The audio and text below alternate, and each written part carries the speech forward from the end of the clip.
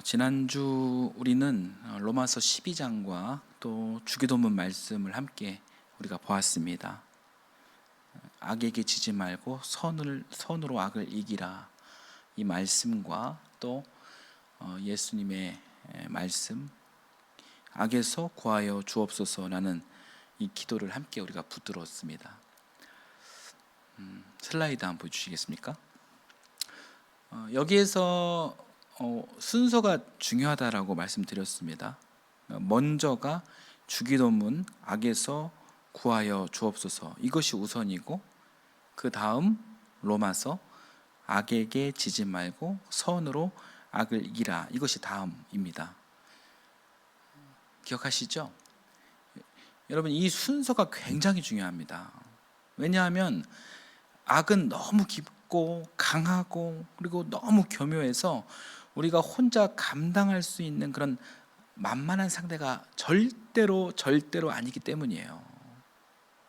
그래서 악에서 구하여 주옵소서, 먼저 하나님께 붙들려야 하고, 먼저 하나님께 건짐받아야 하며, 그 하나님의 은혜 안에서 비로소 선으로 악을 이기는 길을 배울 수 있기 때문입니다.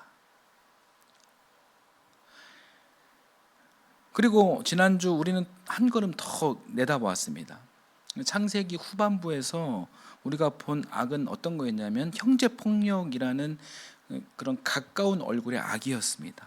그런데 우리가 다음 주부터 이제 다니엘서를 이제 본격적으로 시작하는데, 다니엘서에 가면 그 악은 더 큰 악의 얼굴로 나타납니다. 이제는 이 개인의 미움이나 한 집안의 깨어짐, 그 정도가 아니라는 거예요. 하나님 없이 자기를 절대화하는 제국, 그리고 인본주의 정치 권력이 만들어내는 이 어마무시한 이 거대한 그런 구조적인 악과 이렇게 마주하게 되는 것이죠. 사람들의 영혼을 길들이고 또 예배를 통제하고 우상 앞에 절하라고 강요하는 더 큰 얼굴의 악입니다. 그러니까 여러분, 이 첩첩산중이에요. 이 가까운 관계 안에 악도 만만치 않은데, 이제 우리는 이 제국의 구조 속에 자리 잡은 더 큰 악과도 마주해야 합니다. 그렇다면 이 세상 속에서 이 그리스도인인 우리는 어떤 정체성으로 살아야 할까요? 자, 이 오늘 본문 베드로전서 2장은 바로 이 질문에 대한 길을 보여주고 있습니다. 베드로 사도는 기독교인들을 향해 이렇게 부르고 있습니다. 11절 전반부를 한번 읽어볼게요. 같이 읽겠습니다. 사랑하는 여러분, 나는 나그네와 거류민 같은 여러분에게 권면합니다. 여러분, 이 한 문장이 굉장히 중요합니다. 베드로는 먼저 이게 상황을 설명하지 않습니다. 이 악의 구조 속에서 베드로가 먼저 건네는 것은 정체성이에요. 정체성을 붙듭니다. 정체성이 무엇이냐? 너희는 나그네와 거류민이다 라는 거예요. 나그네와 거류민. 여러분, 이 말은 뭐 그리스도인이 이 세상과 상관없이 살라, 그런 뜻이 절대로 아닙니다. 그러니까 세상 속에 살지만 세상이 우리의 최종 소속은 아니다라는 뜻입니다. 시대의 한복판에 살지만 시대의 논리에 흡수되어서는 안 된다는 뜻입니다. 이 나라의 안에 살지만 우리의 최종 충성은 제국이 아니라 하나님께 있다는 뜻입니다. 여러분, 방금 제가 말씀드린 이 이야기는 이 다니엘 시리즈로 들어가기 전에 우리 가슴에 꼭 새겨야 할 말씀입니다. 이 다니엘이 어떤 사람입니까? 이 낯선 땅에 끌려간 사람이에요. 바빌론 궁정 한가운데 살았지만 바빌론의 사람이 되지 않은 사람이에요. 제국의 언어를 배웠지만 제국의 영혼을 자기 안에 들이지 않은 사람입니다. 그는 바빌론에 있었지만 이 바빌론에 속한 사람으로 자신을 규정하지 않았습니다. 그의 몸은 제국 안에 있었지만 그의 영혼은 하나님께 속해 있었습니다. 아까 세 가지 기둥 이미지 한번 다시 보여주시겠습니까?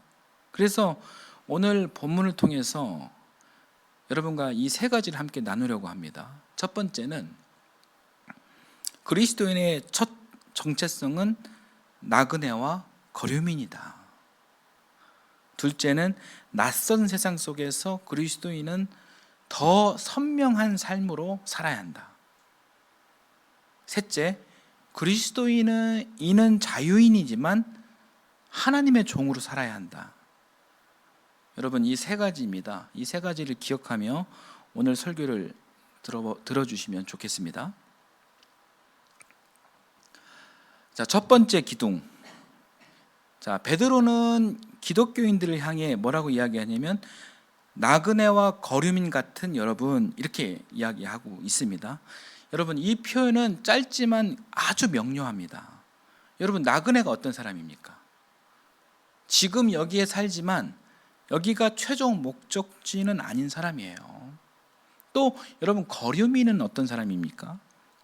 이 구조, 질서 안에 살지만 이 질서가 자기 존재의 최종 기준은 아닌 사람이에요. 그러므로 그리스도인은 이 세상에 살지만 세상에 완전히 흡수된 사람처럼 살아서는 안 됩니다.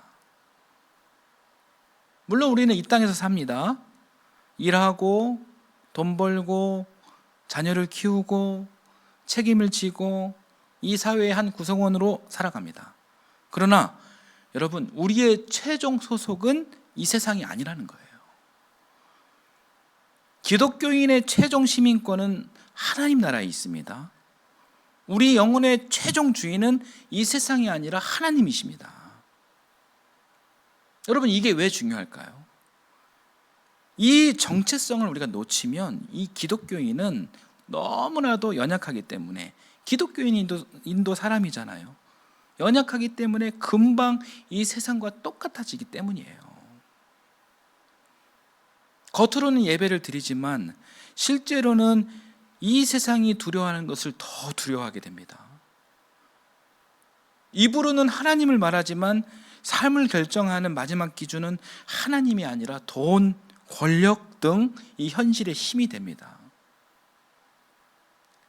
말씀을 읽지만 말씀보다 더 큰 기준은 성공, 안정, 인정, 대세, 효율, 이런 것들이 되어버립니다. 그러면 신앙은 남아있는 것 같지만 실제 삶의 중심은 이미 세상으로 기울어져 버립니다. 여러분, 이것이 오늘날 기독교인의 모습이에요. 이것이 오늘 여러분 교회의 위기입니다. 교회가 세상 속에 있는 것이 문제가 아닙니다. 정말 두려운 것은 이 교회가 세상 속에 있으면서도 인본주의 함정에 빠진 나머지 하나님의 기준, 즉 신본주의를 잃어버린 것이 진짜 문제인 거예요. 기독교인이 세상에서 일하는 것이 문제가 아니라 이 세상의 악이 기독교인의 영혼 안으로 들어와 가지고 하나님의 자리를 차지하기 때문에 문제가 되는 것입니다. 그래서 베드로 사도가 먼저 정체성부터 붙드는 것입니다. 너희가 누군지 아느냐? 너희는 나그네와 거류민이다. 이것은 여러분 세상의 밖으로 도망치라 이런 말이 아니라 세상 안에서 살되 이 세상이 내 영혼의 주인이 되게 하지 말라란 뜻입니다. 나는 이 세상 질서 속에서 책임 있게 살지만 내 영혼의 왕은 하나님이시다. 여러분, 이것이 그리스도인의 자기 이해입니다. 이것이 그리스도인의 정체성이에요. 그리고 여러분, 바로 이것이 우리가 다음 주부터 보게 될 이 다니엘서의 출발점이에요. 여러분, 다니엘은 바벨론에서 살았습니다. 바벨론 제국의 교육을 받았습니다. 바벨론 궁정 안으로 들어갔습니다. 그러나 다니엘은 바벨론의 사람이 되지는 않았습니다.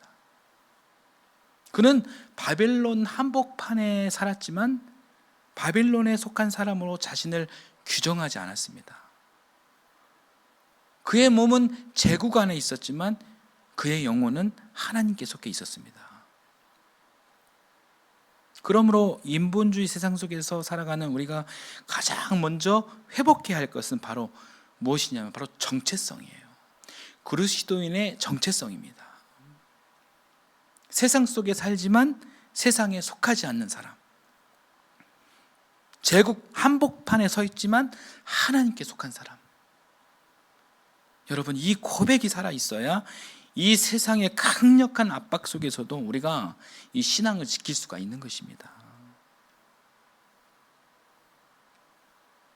자, 두 번째 기둥을 보겠습니다. 그리스도인의 더 선명한 삶입니다. 자, 베드로는 이어서 말하고 있습니다. 베드로전서 2장 11절 하반절과 12절 상반절을 함께 읽어보겠습니다. 영혼을 거슬러 싸우는 육체적 정욕을 멀리 하십시오. 여러분은 이방 사람 가운데서 행실을 바르게 하십시오.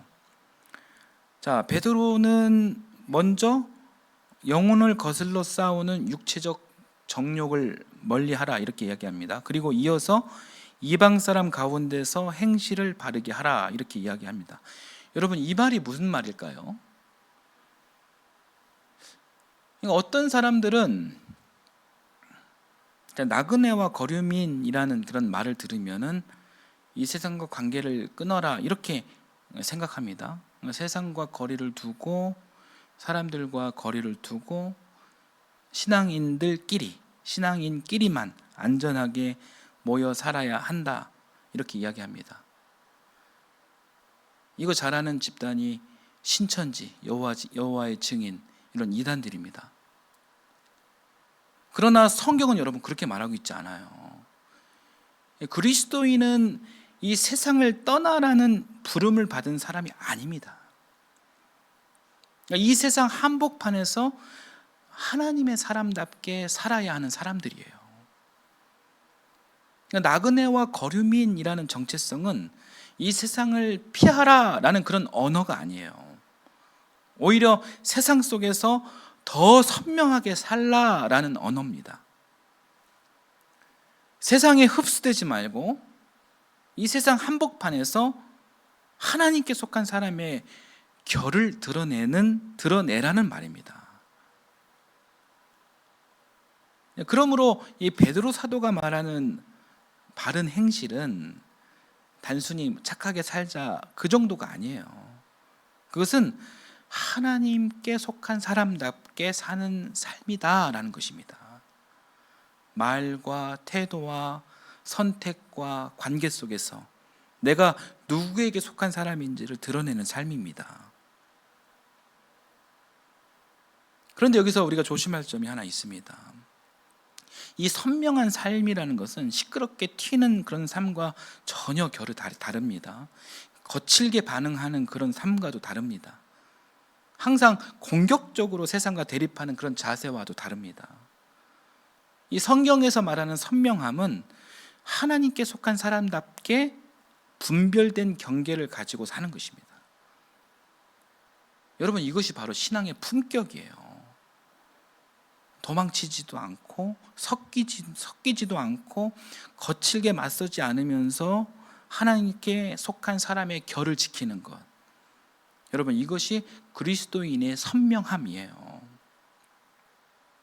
저는 우리 교단 한국기독교 장로회 우리 기장의 특징이 바로 여기 있다고 생각을 합니다. 세상과 적당히 타협하며 복음을 흐리는 것이 아니라 세상 한복판에서 이 복음의 선명성을 붙드는 것입니다. 예와 아니오를 분명히 하는 것입니다. 그러니까 이 점에서 다니엘이 또 중요합니다. 다니엘은 바빌론 제국을 떠나 산 사람이 아닙니다. 그는 바빌론 궁정 안에 있었습니다. 그는 그 현실을 외면하지 않았습니다. 피하지 않았습니다. 그러나 그 한복판에서 자기 경계를 잃지 않았습니다. 왕의 음식 앞에서 뜻을 정했습니다. 기도를 멈추지 않았습니다. 예배를 포기하지 않았습니다. 우상 앞에 절하라는 명령 앞에서 분명히 목숨 걸고 아니라고 했습니다. 왕 앞에 서도 하나님 앞에 무릎 꿇는 사람으로 살았습니다. 여러분, 이게 바로 그리스도인의 선명한 삶입니다. 세상 밖으로 도망치는 것이 아니라 이 세상 한복판에서 하나님께 속한 사람으로 사는 그것입니다. 여러분, 오늘 우리도 세상 안에서 살아갑니다. 학교도 세상 속에 있고, 직장도 세상 속에 있고, 또 이 가정도 이 세상과 무관하지 않습니다. 그러므로 그리스도인인 우리의 과제는 이 세상을 피하는 것이 아닙니다. 세상 한복판에서 내가 누구에게 속한 사람인지를 잊지 않고 분명하게 사는 것입니다. 이 땅의 불의를 외면하지 않는 것, 말씀을 가볍게 여기지 않는 것, 기도를 뒤로 미루지 않는 것, 예배를 삶의 중심에 두는 것, 사람을 이용하지 않는 것, 성공이 아니라 하나님 나라를 더 크게 보는 것, 이게 다 선명한 삶으로 볼 수가 있습니다. 여러분, 이 선명함은 앞으로 우리 신앙의 더 큰 과제가 될 것입니다. 왜냐하면 우리가 이미 경험하듯이 이 악은, 이 세상의 악은 언제나 거칠고 노골적인 얼굴로만 다가오지 않기 때문이에요. 오히려 이 시대가 복잡해질수록 이 악은 더 세련된 얼굴을 하고 더 그럴듯한 말로 다가옵니다. 그래서 사람들은 자신도 모르는 사이에 그 악과 쉽게 섞여 버릴 수 있습니다. 악은 때로 여러분 편리함으로 다가옵니다. 때로는 문화라는 이름으로 옵니다. 때로는 이 현실 감각이라는 이름으로 옵니다. 때로는 이 정도는 괜찮지 않느냐라는 그런 말로 다가옵니다. 그러므로 그리스도인은 여러분 더 깊이 분별해야 합니다. 눈에 보이는 큰 핍박만이 문제가 아닙니다. 조용히 스며드는 그런 물둠이 더 위험할 수 있습니다. 처음부터 믿음을 버리겠다라고 결심하는 사람은 없습니다. 그러나 바쁘다는 이유로 기도가 밀리고, 현실적이라는 이유로 말씀의 기준이 흐려지고, 안정이라는 이름으로 돈이 더 큰 기준이 되고, 내가 상처받았다는 이유로 사랑보다 판단이 익숙해질 수 있습니다. 그렇게 우리는 어느 날 갑자기 무너지는 것이 아닙니다. 조금씩 이 세상의 방식에 익숙해지고 조금씩 하나님이 아닌 기준에 우리는 물들어갈 수가 있는 것입니다. 그래서 우리에게 필요한 것이 무엇이냐? 선명함입니다. 자, 마지막 세 번째 기둥을 보겠습니다. 자유인과 하나님의 종입니다. 자, 본문 마지막에서 베드로는 아주 놀라운 균형을 보여줍니다. 16절을 함께 읽어보겠습니다. 여러분은 자유인으로 사십시오. 그러나 그 자유를 악을 행하는 구실로 쓰지 말고 하나님의 종으로 사십시오. 여러분, 이 말씀은 기독교인의 삶을 아주 정확하게 설명하고 있어요. 그리스도인은 여러분 자유인입니다. 예수 그리스도 안에서 해방되었고, 그래서 자유인이에요. 우리는 세상이 매기는 평가로 존재가 결정되는 그런 사람이 아니에요. 사람의 인정 하나에 마음이 무너지고 세워지는 그런 사람도 아닙니다. 국가 권력, 시대 분위기, 다수의 박수, 세상의 기준이 우리의 최종 주인이 아닙니다. 우리는 강조하지만 하나님께 속한 사람이에요. 그러므로 이 세상이 감히 우리를 함부로 규정할 수가 없습니다. 그런 의미에서 우리는 자유인이 맞아요. 그런데 베드로 사도는 곧바로 말합니다. 그 자유를 악을 행하는 구실로 쓰지 말고 하나님의 종으로 사십시오. 왜냐하면 우리의 자유는 여러분 자기 멋대로 살라고 받은 그런 자유가 아니기 때문입니다. 내 욕망을 마음껏 풀어놓으라고 주어진 자유가 아니기 때문입니다. 하나님께 속한 자유이기 때문입니다. 그래서 그리스도인은 자유인이면서 동시에 누구냐? 하나님의 종입니다. 이 세상은 자유를 자기 중심성으로 이해하죠. 내가 하고 싶은 대로 하는 것, 내 욕망을 가로막지 않는 것, 내 마음이 원하는 것을 끝까지 밀어붙이는 것, 그것을 이 세상은 자유라고 이야기하죠. 그러나 여러분, 복음은 다르게 말합니다. 참된 자유는 하나님께 속하는 자유입니다. 하나님께 속한 사람은 이 세상에 끌려다니지 않습니다.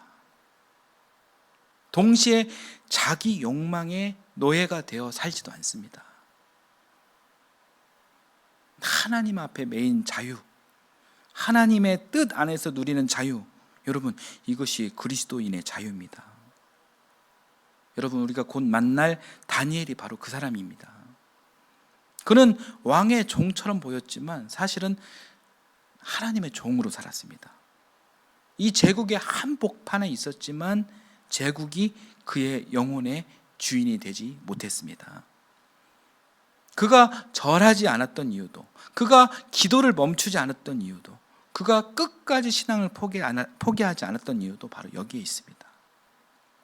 그는 자유인이면서 동시에 하나님의 종이었기 때문입니다. 여러분, 이것은 오늘 우리에게도 꼭 필요한 자기 이해입니다. 내 정체성에 대한 이해입니다. 우리는 자유를 원합니다. 이 답답한 세상이 우리를 조여오는 것을 싫어합니다. 그러나 참된 자유는 이 세상에서 벗어나는 그런 자유가 아닙니다. 하나님께 속하는 자유입니다. 하나님께 속한 사람은 눈에 보이는 권력 앞에서 여러분 쉽게 흔들리지 않습니다. 대세라는 이름의 이 세상 분위기에 영혼을 팔지 않습니다. 자기 욕망을 자유라고 착각하지도 않습니다. 살아도 주를 위해 살고 죽어도 주를 위해 죽는 그런 사람으로 살아갑니다. 여러분, 다니엘 시리즈를 시작하기 전에 오늘 이 고백을 우리 안에 심어야 합니다. 우리는 자유인이다. 그러나 하나님의 종이다. 여러분, 이 고백이 살아있어야 이 다니엘의 이야기가 옛날 역사책, 이스라엘 역사책, 과거의 이야기가 아니라 오늘 이 낯선 세상 속에서 살아가는 우리의 신앙 이야기로 들릴 수가 있습니다.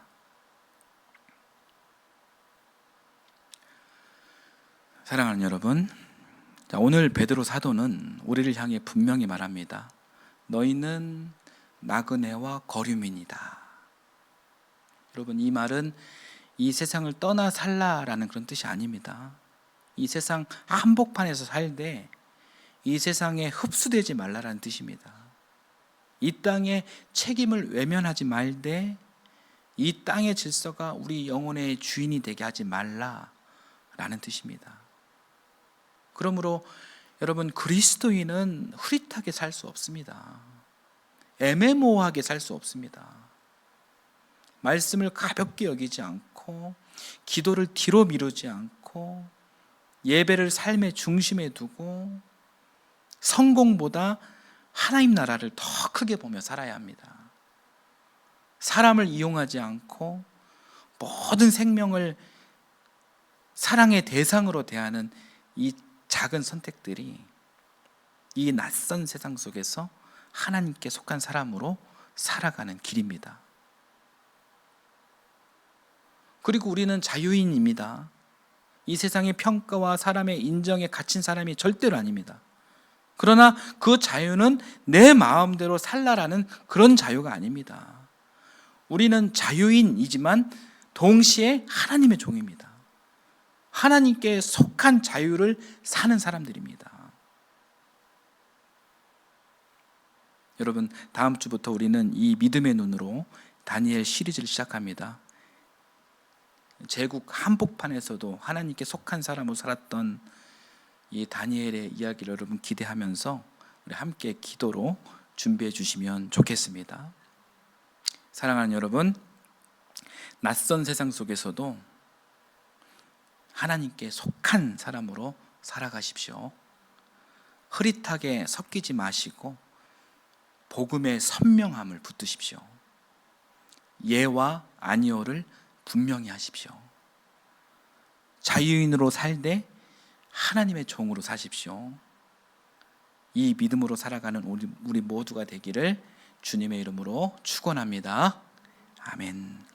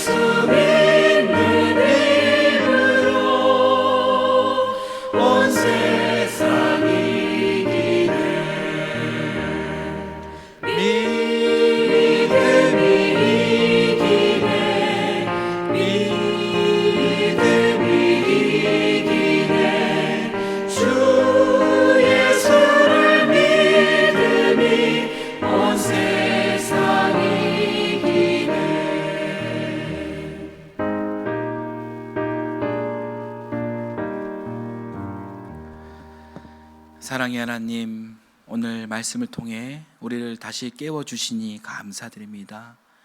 우리는 세상 속에 살지만 세상에 속한 사람이 아니라 하나님께 속한 사람임을 고백합니다. 이 땅의 질서 속에서 책임 있게 살아가되 세상의 기준이 우리 영혼의 주인이 되지 않게 하옵소서. 하나님, 우리 안에 나그네와 거류민의 정체성을 회복시켜 주옵소서. 성공과 안정과 인정과 대세와 효율에 흔들리지 않게 하시고 복음의 선명함을 붙들고 예와 아니오를 분명히 하며 살게 하옵소서.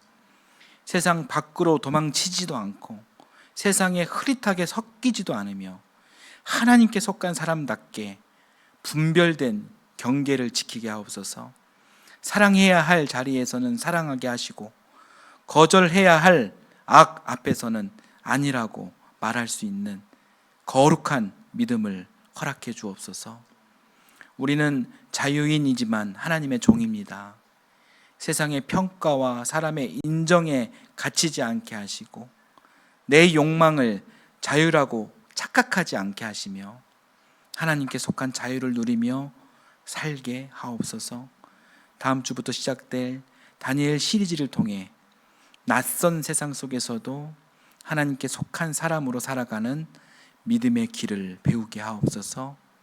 우리 늘푸른 하이교회가 흐릿하게 섞이지 않고 말씀과 기도와 예배 안에서 복음의 선명함을 붙드는 거룩한 교회가 되게 하옵소서. 예수님의 이름으로 기도드립니다. 아멘.